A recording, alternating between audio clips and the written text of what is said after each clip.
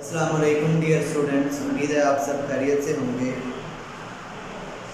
आज हमने exercise 9.3 chapter number 9 start करनी है, जिसमें हमने सरफेस एरिया ऑफ स्फीयर और वॉल्यूम ऑफ स्फीयर को डिस्कस करना है। बुक में पेज नंबर 150 ओपन करें। वहाँ पर है heading surface area of sphere.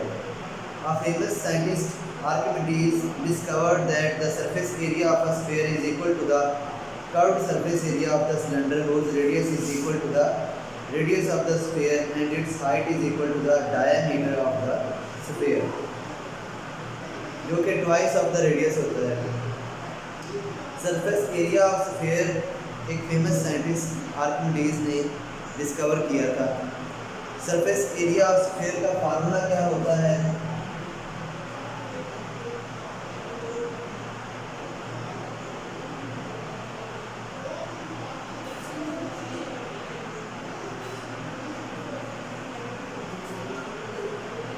आप इसको A is equal to 4 pi r square भी लिख सकते हैं। इसी तरह वॉल्यूम ऑफ स्फीयर, इसका फार्मूला भी आपने याद रखना है। Volume of sphere is equal to V is equal to 4 by 3 pi r cube. स्फीयर का जो एरिया है, surface area of sphere is equal to 4 pi r square, इसको A से डिनोट किया जाएगा, और वॉल्यूम ऑफ स्फीयर को हम V से डिनोट करते हैं। V is equal to 4 by 3 pi r cube. बढ़ते हम एक्सरसाइज 9.3 की तरफ। 9.3 का फर्स्ट क्वेश्चन है, find the curved surface area of the sphere whose radii are given below taking pi is equal to 22 by 7। यहाँ पर हमारे पास 3 पार्ट्स गिवन है, पार्ट नंबर 1, पार्ट नंबर 2 और पार्ट नंबर 3। तीनों पार्ट्स में उसने रेडियस r की वैल्यू गिवन की है, और हमने यहाँ पर curved surface area A find करना है। A इस तरह से हम फाइंड करते हैं।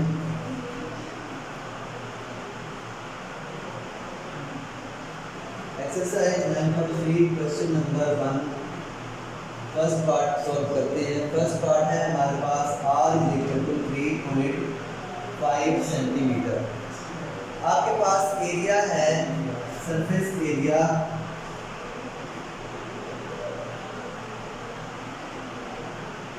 Of sphere A is equal to 4 pi r square. Area A हमने फाइंड करना है 4 एज इट इज, पाई की वैल्यू है 22 बाई 7, और r हमारे पास है 3.5 सेंटीमीटर। यहाँ पर हमारे पास स्क्वायर गिवन है।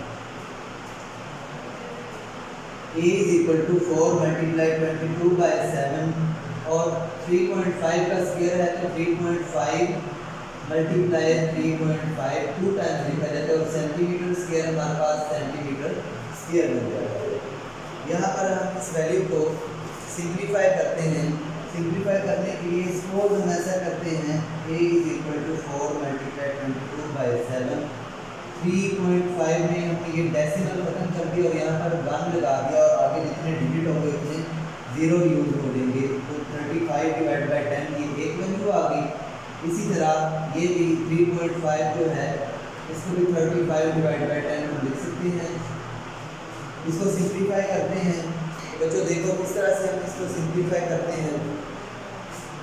5 to the 10, 5 7 the 35, 7 1 the 7, 7 1 the 7, 5 to the 10 और 5 7 the 35, 2 the 4, 2 1 the 2, 2 1 the 2। तो आपके पास जो वैल्यू आ गई 22 मल्टीप्लाई बाई 7 सेंटीमीटर स्क्वायर। इसको जब हम मल्टीप्लाई करते हैं 22 को 7 से, 7 to the 14, 4 1 carry 7 to the 14 और 1 15, तो हमारे पास जो एरिया है A is equal to 154 centimetre square आएगा। तो यही पार्ट नंबर 1 का आंसर है। हमने कर्व्ड सरफेस एरिया फाइंड करना था, जो कि हमने फाइंड किया A is equal to 154 centimetre square. इसी तरह इसका पार्ट नंबर 2 और पार्ट नंबर 3 सॉल्व होगा। मैं आपको पार्ट नंबर 3 सॉल्व करके दिखा देता हूँ।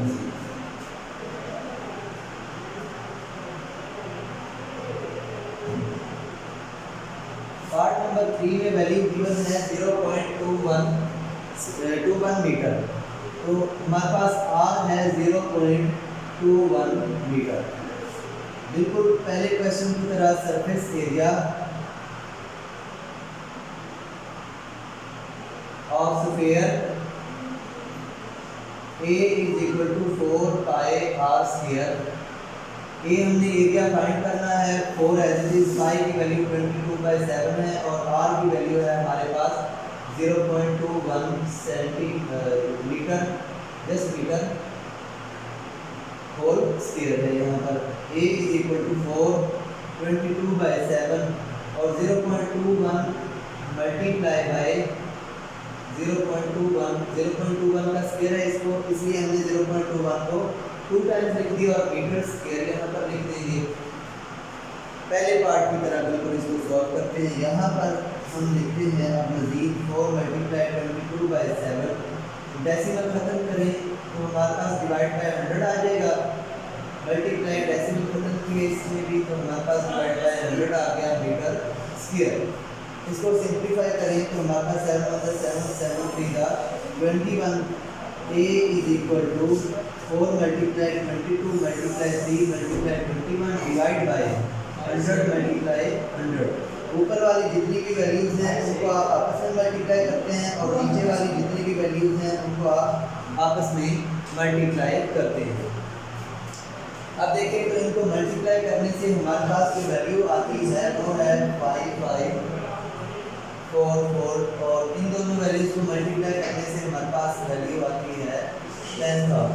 जब हम 10,000 को इस पर डिवाइड करते हैं तो हमारे पास 0.5544 मीटर स्क्वायर इस क्वेश्चन का आंसर आएगा। तो हमारे पास पार्ट नंबर 3 भी क्वेश्चन नंबर 1 का सॉल्व हो गया। अब हम बढ़ते हैं क्वेश्चन नंबर 2 की तरफ। क्वेश्चन नंबर 2 है हमारे पास, क्वेश्चन नंबर 2 है find the radius of the sphere if it's area is given by. अब क्वेश्चन नंबर 2 में हमारे पास 3 पार्ट्स गिवन हैं, लेकिन इन तीनों पार्ट्स में रेडियस के बजाय एरिया गिवन है। तो हमारे पास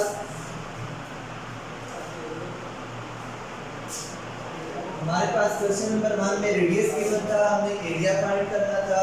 क्वेश्चन नंबर 2 में हमारे पास एरिया गिवन है, यहाँ पर हमने रेडियस फाइंड करना है। क्वेश्चन नंबर 2 फर्स्ट पार्ट है इसका, जिसमें उसने वैल्यू गिवन की है 154 मीटर स्क्वायर। 154 मीटर स्क्वायर हमारे पास क्या गिवन है, हमारे पास 154 मीटर स्क्वायर एरिया गिवन है। अब हमने फाइंड करना है यहाँ पर रेडियस, तो हमारे पास सरफेस एरिया का जो फार्मूला है वो है A = 4 पाई R स्क्वायर।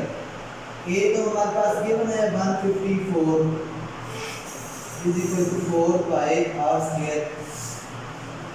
154 यहाँ मीटर स्क्वायर भी लिखेंगे। अच्छा, एरिया की वैल्यू गिवन है तो एरिया की जगह हमने इसकी वैल्यू पुट कर दी 154 metre square = 4 pi R square. मैंने जस्ट R की वैल्यू फाइंड करनी है तो मैं यहाँ पर R को बचा लूँगा, बाकी जो भी वैल्यू है उससे बोथ साइड डिवाइड कर दूँगा।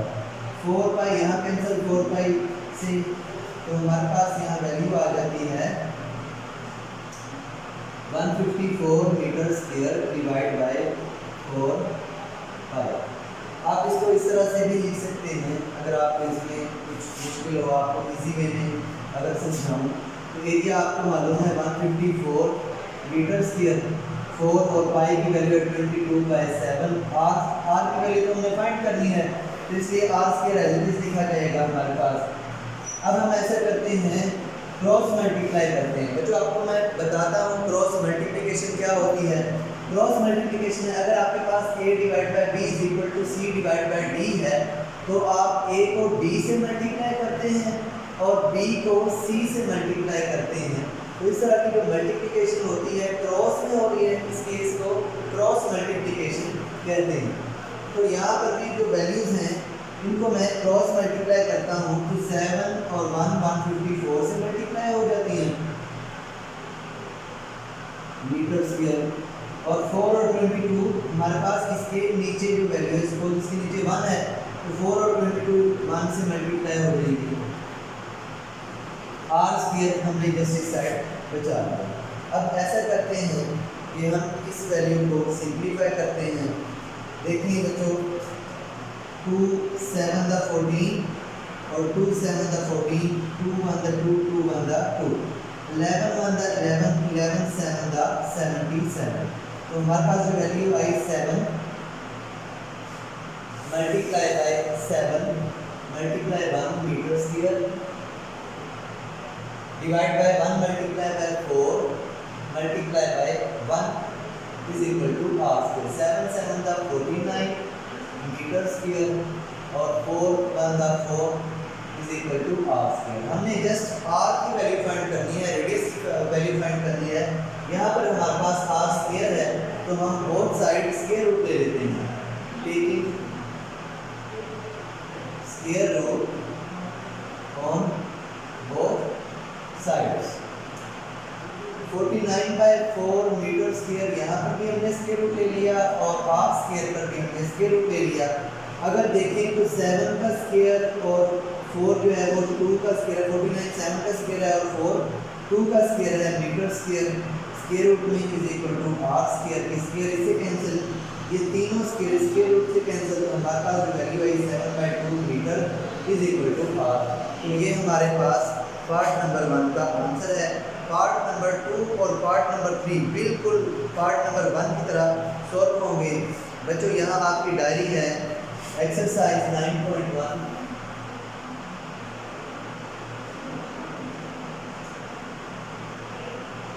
क्वेश्चन नंबर 1 और 2 को कंप्लीट आपने आप ही करना है। क्वेश्चन नंबर 1 का मैंने पार्ट नंबर 2 नहीं करवाया, वो आपने करना है, वो बिल्कुल पार्ट नंबर 1 और 3 की तरह है। इसी तरह क्वेश्चन नंबर 2 जो है उसका पार्ट नंबर 2 और 3 इस तरह से ये आपको मैंने सॉल्व करवाया, बिल्कुल इसी तरह आपने सॉल्व करके मुझे अपनी आखिरी मेरे नंबर पर व्हाट्सएप सेंड करनी है। मुझे नेक्स्ट लेक्चर तक के लिए इजाज़त दें। नेक्स्ट लेक्चर में आपके साथ नेक्स्ट 2 क्वेश्चन नंबर 3 और क्वेश्चन नंबर 4 को लेकर हाजिर होऊंगा। मुझे इजाज़त दें।